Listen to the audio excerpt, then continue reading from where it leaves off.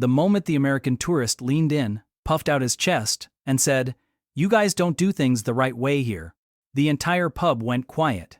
Not because anyone was scared, not because there was about to be a fight, but because every Australian within earshot knew exactly what was about to happen next. And it wasn't going to end well for him. Welcome back to my channel. If you're new here, please subscribe, like my video, and turn on notifications so you don't miss our next update. If you've ever wondered what happens when confidence crosses the line into arrogance, and it meets a culture that absolutely does not tolerate it, you're in the right place. Today, we're diving into those unforgettable moments when Americans tried to bully Australians, only to instantly regret it in ways they never saw coming. Stick around, because the first story sets the tone for everything else, and the last one proves why Australians don't need to raise their voices to win. Australia is often misunderstood. From the outside, it looks laid back, friendly, almost casual, to a fault. People smile at strangers, conversations start easily, and there's a relaxed vibe that makes visitors feel comfortable fast. But what many people don't realize is that this easygoing nature comes with an unspoken rule: respect is everything. The moment someone tries to act superior, dominate a conversation, or talk down to others, that relaxed friendliness disappears, and it's replaced with something far more dangerous to an ego. That's where these stories begin. It started at a beachside cafe in Sydney. A group of Americans on vacation were waiting in line, already irritated by what they felt was slow service. One of them, clearly frustrated, began loudly complaining about how things would be way more efficient back home. At first, people ignored him. Australians are very good at that. But when he snapped his fingers at the barista and told her to hurry it up, the atmosphere changed instantly. The barista didn't argue. She didn't raise her voice. She simply smiled and said, "No worries, mate," and continued exactly at the same pace. Behind the American, a local leaned in and said calmly, "You know, snapping at people doesn't make things faster, yeah?" The American scoffed and replied, "Mind your business." That was the mistake. Without missing a beat, the local replied, "It is my business. You're standing in my country talking to someone who's working harder than you ever have on vacation." The cafe erupted in quiet laughter. The American tried to recover, muttering something about free speech, but the damage was done. He stood there, red-faced, suddenly very aware that no one was on his side. In Australia, bullying doesn't get challenged with aggression, it gets dismantled with confidence, wit, and public embarrassment. And that theme shows up again and again.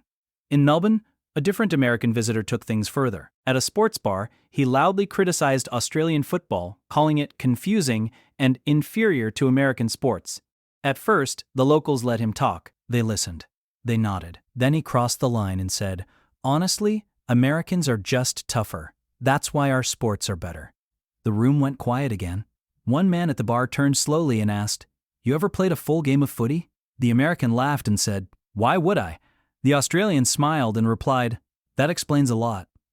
What followed wasn't an argument. It was a conversation. One where the American was gently but completely dismantled. The locals explained the endurance, the injuries, the lack of protective gear. They talked about playing through pain without cameras or contracts worth millions. And the more they spoke, the quieter the American became. By the end of it, he wasn't angry. He wasn't defensive. He was embarrassed. He finished his drink, paid his tab, and left without another word. That's the thing about Australians. They don't need to prove dominance. They let facts and calm confidence do the work. But not all regret happens quietly. In Brisbane, an American businessman decided to assert himself during a work-related social event.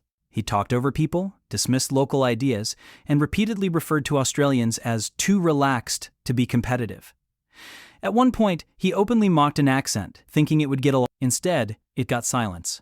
One Australian woman finally spoke up and said, "You know, we're relaxed because we don't need to shout to be heard." The room nodded. Someone else added, "And we don't bully people to feel important."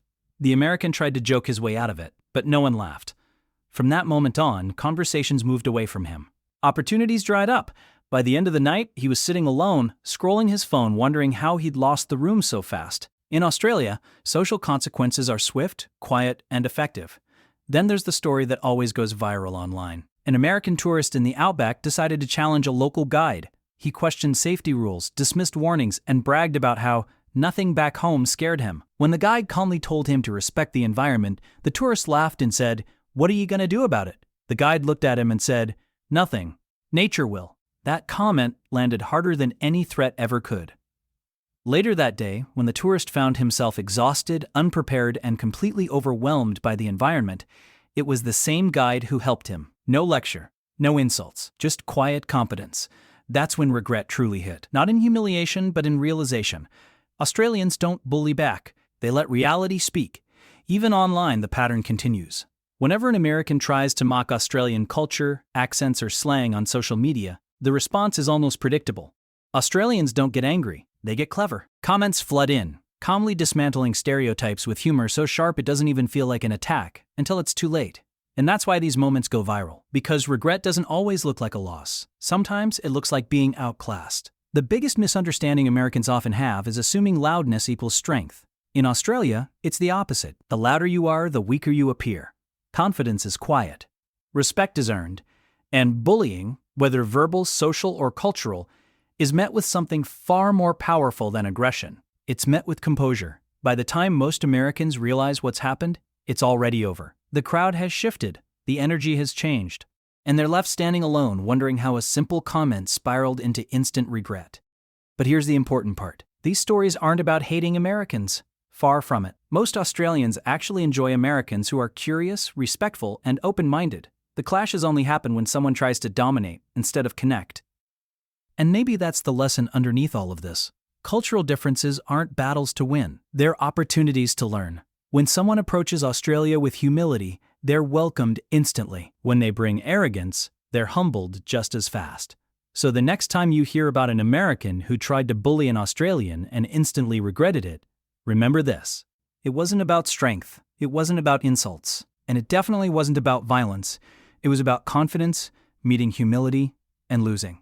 If you enjoyed these stories and want to hear more real-life cultural clash moments that ended in unexpected regret, make sure to like this video, share your thoughts in the comments, and subscribe for more stories that prove respect always wins in the end.